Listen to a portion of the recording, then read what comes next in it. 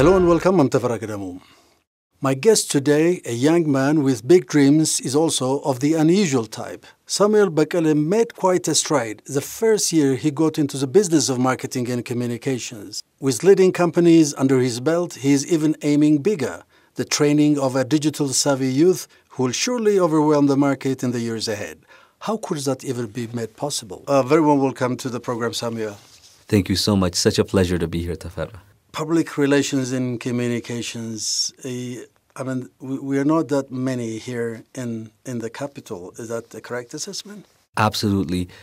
In the capital, in Ethiopia in general, the public relations and communications and creative industry practice is extremely limited. We're not that many, like you put it. And I can definitely say the modern practice of public relations and communications and digital marketing is extremely new in Ethiopia in general, and we have a long way ahead of us. Well, why is it news, though? The business of communication is already, but it's been pretty traditional. Absolutely. Like I said, the modern aspect of public relations practice, communications, and strategy has been pretty much new in Ethiopia. Basically, for example, I'm really excited because I learned literature in Addis Ababa University. That's my background. And under literature, as you may know, you take relevant courses like public relations and public attachment. But the practice of public relations, the actual work of public relations and communications, that involves consumer products and multiple nonprofit organizations. And the lesson that we're learning in Addis Ababa University and anywhere else, I can boldly say, is a bit outdated and traditional. Yeah. So do you think because we don't have those investments that need the marketing that comes along with them elsewhere in the world, is that because of that we have? I highly doubt it. I think I'm going to talk about it a little further. So our educational curriculum is literally preparing us for a 21st century public relation practice by a 20th century public relations or communications module. That is extremely difficult when you're trying to practice a modern public relations and communications work. One of my commitments is for us to be able to create a digital marketing, public relations, and communications university. That's one of the projects that we have in the pipeline. Without it would be extremely frustrating for us to be able to get talent in public relations and comms strategy moving forward. So it's not quite because we don't have the investment. It's because we haven't been able to update our modules and curriculum in different universities that offer communication courses. What got you here? This should have been a business for the season. What got you here? You came from a background in literature. That's true. So in literature, one of the things that was an extreme motivation factor for me was when I joined university and I was really excited about literature and journalism and editing and public relations. But what I've been able to encounter as the education is quite different from what's out there. So what got me here pretty much is an extensive research and an obsessive form of learning in public relation practice globally. So yeah, that's basically it. But before you got to incorporate your company, is that Spotlight PLC? Yes. This is marketing and communications, digital media, and all that. Before you got here, I understand that you've been working for another company for some time, right? Absolutely. So I first started my main communications and corporate relations career in a multinational drinks business called Diageo. It's a UK-based multinational business. And in there, I was working as corporate relations consultant, corporate relations manager, working with employee engagement, human resources, and engagement. And it gave me tremendous amount of opportunity for me to understand the actual practice of corporate relations, stakeholder engagement, public relations.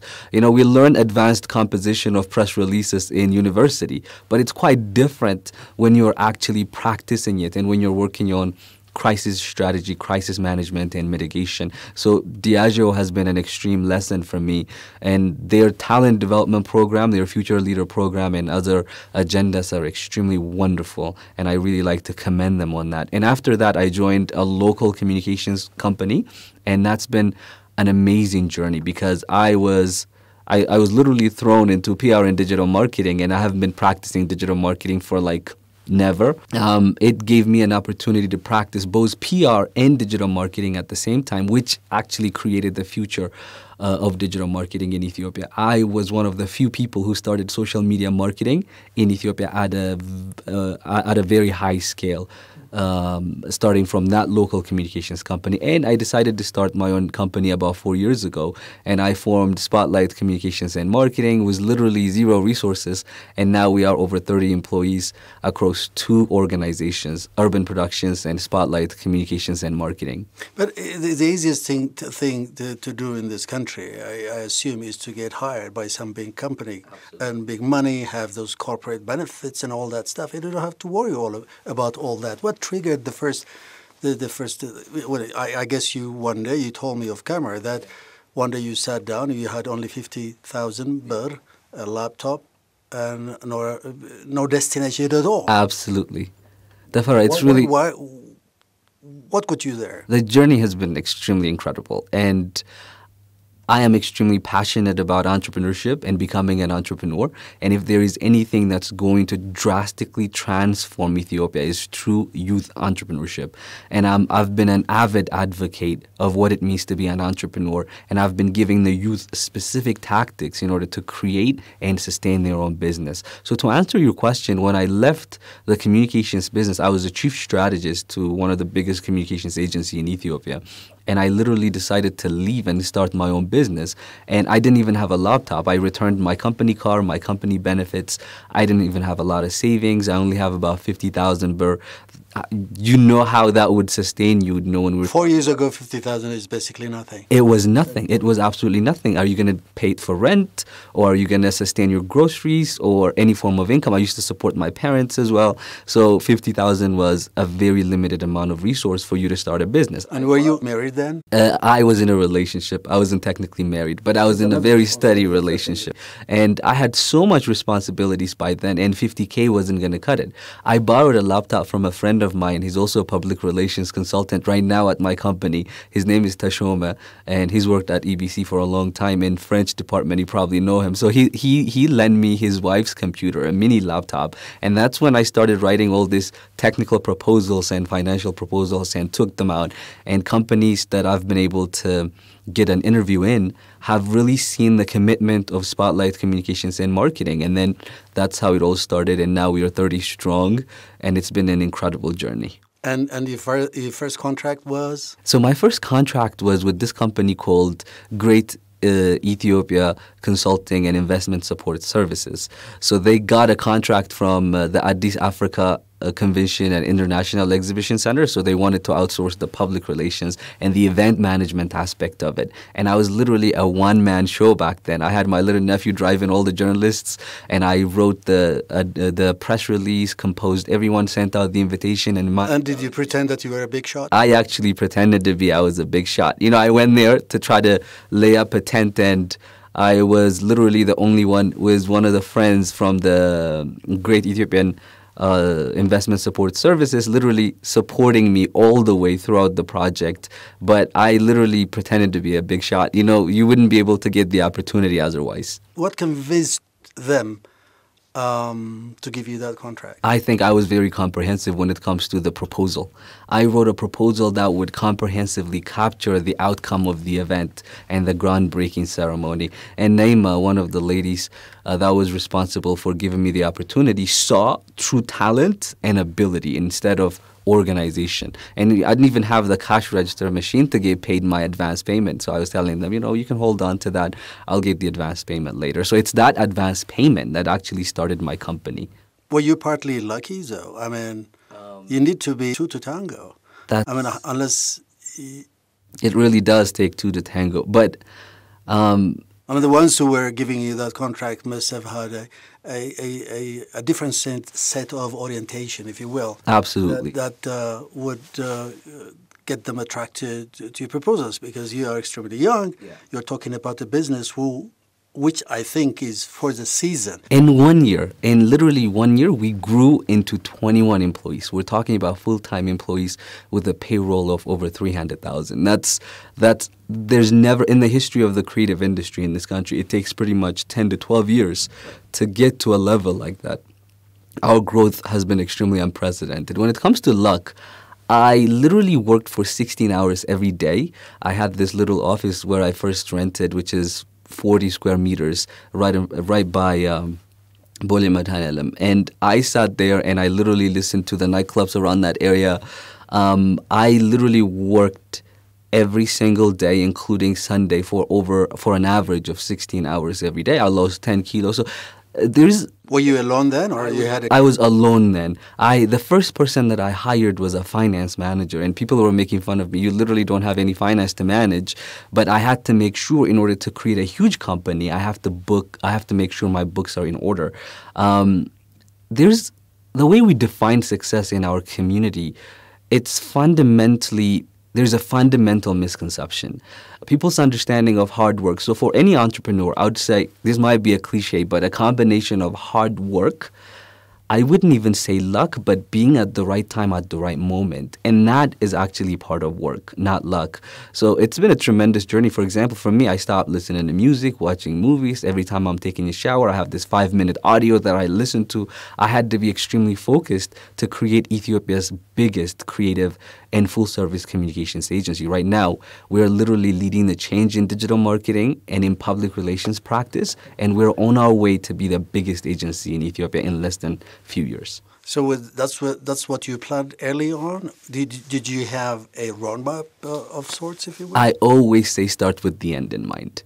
Which means? I had everything figured out. Some of the furnitures that we have at the office, our setup, I've had this premeditated. You know what I did, Tef? In 1 year after Spotlight, I look at my little black book where I wrote down my roadmap for establishing Spotlight Communications and Marketing, and I almost cried because every single thing that I wrote, literally, like nothing has been missed, became true.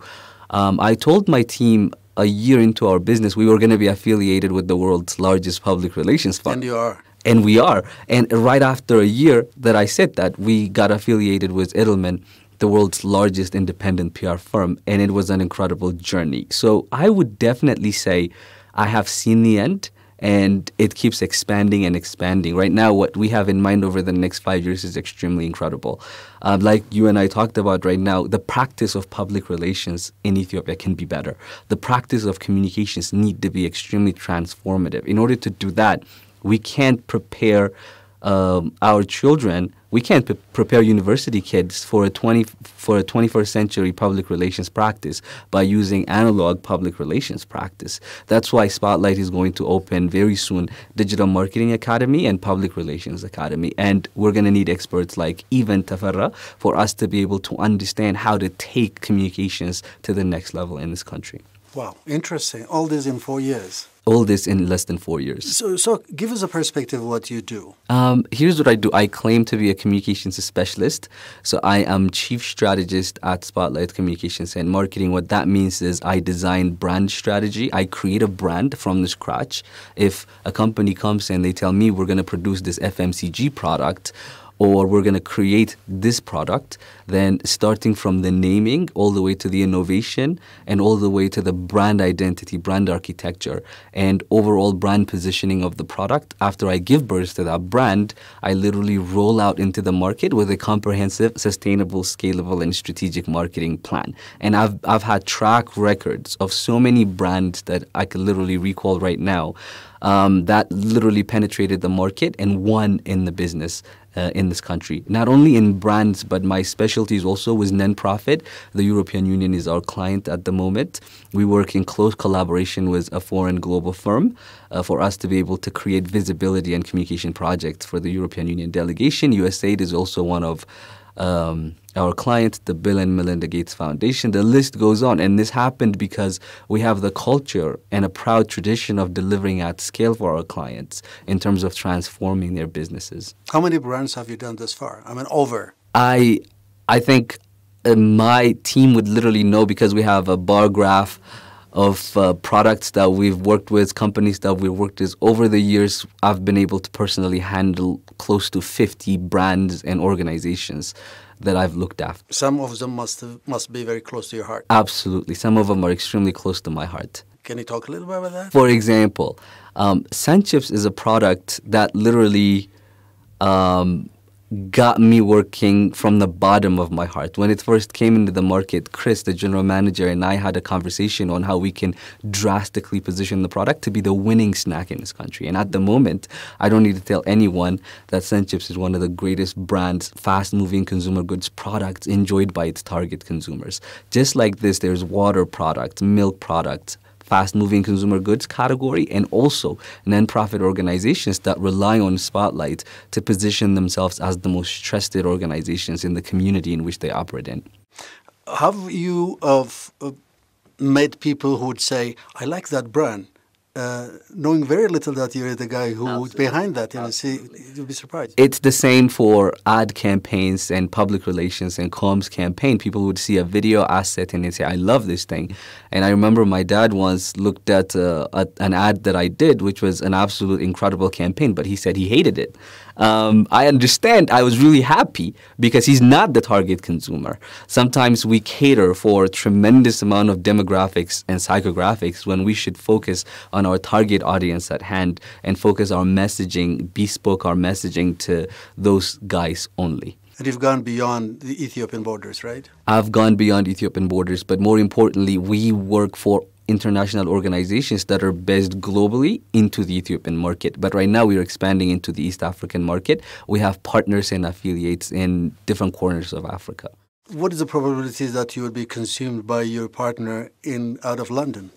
Edelman is actually an American firm. Is it? An English firm? It's an American firm, but it has presence all over Europe and all over Africa. Right now, just last week, Edelman has been awarded as the number one, how do I put it, public relation consultancy firm in Africa of the year, which is an absolute honor because Jordan Rittenberry, who is the African CEO of Edelman, has been doing an incredible job over the past few years when it comes to expanding Edelman operations all over Africa. He was here last summer visiting this market, and Ethiopia is one of the priority projects for them, priority markets for Edelman and for other brands and products as well because of our population and because of our strategic significance to the continent into the world.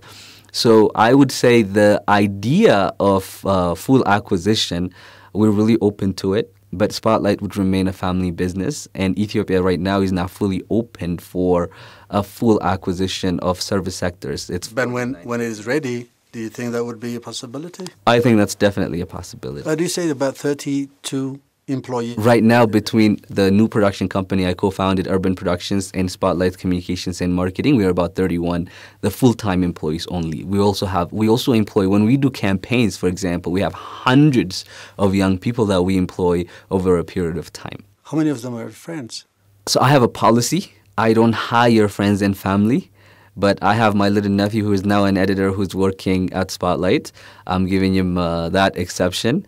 But majority of them are not my friends. Here's what I wanted to talk about. Because that's pretty unusual in this country, doing business. Because wherever you go to any company, including your own type. Absolutely. They have their... nieces and, whatever. Very... family and friends. When you create with the end in mind, Tafarra, you'll definitely you won't compromise integrity. My dad doesn't know where my office is. He's never been. And my brother is the only person that popped up once. And he was, I'm the youngest in the house. And he was extremely impressed. Is this what you do? I was like, yeah. So that's one of my policies. I can't hire friends and family because where we're headed is extremely huge. And we want to be able to create a multi-generational business. Do you have friends who kind of give you some kind of, provide you some kind of consultation? Absolutely. I mean, say, okay, you're headed in the right direction, but perhaps there's some issues that you need to look into. This is a cohort of people who tend to be friends who would give you that free advice. Are there people of that variety around you? There are many. For example, Tashoma is the most significant one. He's the one that first lended me his laptop when I started my business. In addition to that, he's been one of my greatest public relation consultants over the years. He's done a tremendous amount of work with some of our jobs with the European Union delegation. He's one of our closest consultants at the moment, and we've worked together at Diageo before. So, since March and the introduction if you will, of COVID-19 to the country, since we knew that coronavirus has got here.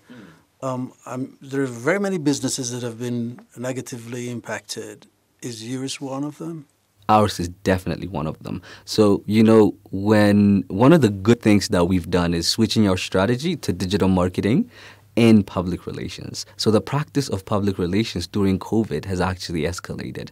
We worked for the likes of Jack Ma Foundation in collaboration with Edelman. When the shipment came here, we're the ones who organized the event, who organized the press conferences, and made sure our positioning is properly documented for Jack Ma Foundation. And stuff like this has been rolling out throughout the period of COVID-19. That was our strategic shift from advertising directly to exclusively to public relations practice. And also for digital marketing, we've had different brands on digital platform. That was a massive transformation during COVID-19, but it has significantly affected our experiential marketing, where shoppers marketing and below the line marketing, where we actually have massive direct to consumer product activations. They've been halted 100%. So that department has performed less than any other department in my company. And we've lost, our target is cut by literally 25 to 30%. I'm going to get the full confirmation because we just closed our fiscal year. So we performed shorter by 25 to 35%. So COVID has been a force to be reckoned with. But again, we've coped with COVID, but there are also several situations that led to the disruption of our business, including the internet outage over the past few days. So how about the attrition rate? Did you maintain your employees? I think one of the greatest things Spotlight did is, here's what we do. We're sometimes delusional when we think of we want a public relations expert that comes out of university. There is no such thing, and we have to massively transform that. So in the 21st century, you have to be cross-disciplinary, and the skills that you need is extremely complex. So if you see my leadership team and most of my employees, they're engineers. They're structural engineers, mechanical engineers, civil engineers, but they have to come in as an intern at Spotlight, and now they are experts in strategy, in digital marketing, in experiential marketing, and in communications. So that's why we have this aspiration to create a digital marketing platform. So if you remember, the Council of Ministers approved the Ethiopian Digital Transformation Strategy 2025. This would be absolutely ambitious if we don't have the technology-savvy youth. The technology infrastructure and the digital technology, they can literally be good assets, but without the digital savvy, we would not be able to transform Ethiopia into a digital economy, where we are predominantly an analog economy. I would say over 90%. I don't have the exact number. In order to create a digital economy, which is an economy mainly supported by digital technology and infrastructure, we need digital savvy youth. So what I want to do is create, if I right now train 1,000 people in social media marketing, email marketing, e-commerce, I can literally get them jobs right away. So we can't create jobs in digital economy by training analog talents. We need to be able to mass produce talents that are digital savvy. That's the case, a good story with Indonesia. Indonesia right now is one of the greatest examples of digital transformation and migration. Over the next few years, you're going to see that our consumption is going to be online. Our shopping is going to be online. But we don't have the right talent and entrepreneurs that are going to create massive number of jobs if our training institutions are not creating that. So for us, we have to be able to intervene in that regard. So do you think that the youth are ready to jump into that bandwagon of digital marketing? Digital marketing platform and the digital platform, it's inevitable. Whether we're ready or not, it's inevitable. That's why there needs to be massive transformation in our educational curriculum. You can't prepare 21st century skills with a 20th century analog education. If you see, the foundation of education is memorization of information, but right now, you and I, if we want to solve a quadratic equation question, we don't use minus b plus or minus the square root of b squared minus 4ac. All we do is talk to our smartphone, and Siri would give you the exact number at the right moment within a precision of a fraction of a second. So if we're not introduced to a digital marketing and a digital world at the academy level, so we won't be able to cope and to transform ourselves. The biggest threat would be multinationals and big conglomerates are going to come into this market and dominate 100% of the e-commerce platform. If you see case studies like Indonesia, I'm not exactly sure, but over 40% is local-owned marketing agency, local-owned entrepreneurs creating businesses on this because they are digitally savvy. Without that, we can have the digital infrastructure. Digital transformation strategy 2025 is not going to happen unless we create digital savvy kids. So do you think, until you get on your 2 feet, I mean not you, but the business folks in the business, that the government needs to give some kind of protection, at least for some time? Do you think that is a viable option? I think babying around has been extremely terrible for Ethiopia. Right now, we're going to have to jump into the pool. If we don't get our affairs in order when it comes to creating and recruiting talent that are extremely capable and those that can compete on an international level, we can't be babied forever. The globalization is inevitable. I always say it's not something that you can hold on for a long time, and you're seeing it in our country. So every digital marketing firm, every creative agency firm, every communications, even government organization need to get to a digital transformation as soon as possible. Well, with that, I think we have to end our discussion. Young, ambitious, and with a vision quite set. Good luck, and thank you very much indeed, Samuel. Such an honor to have been here.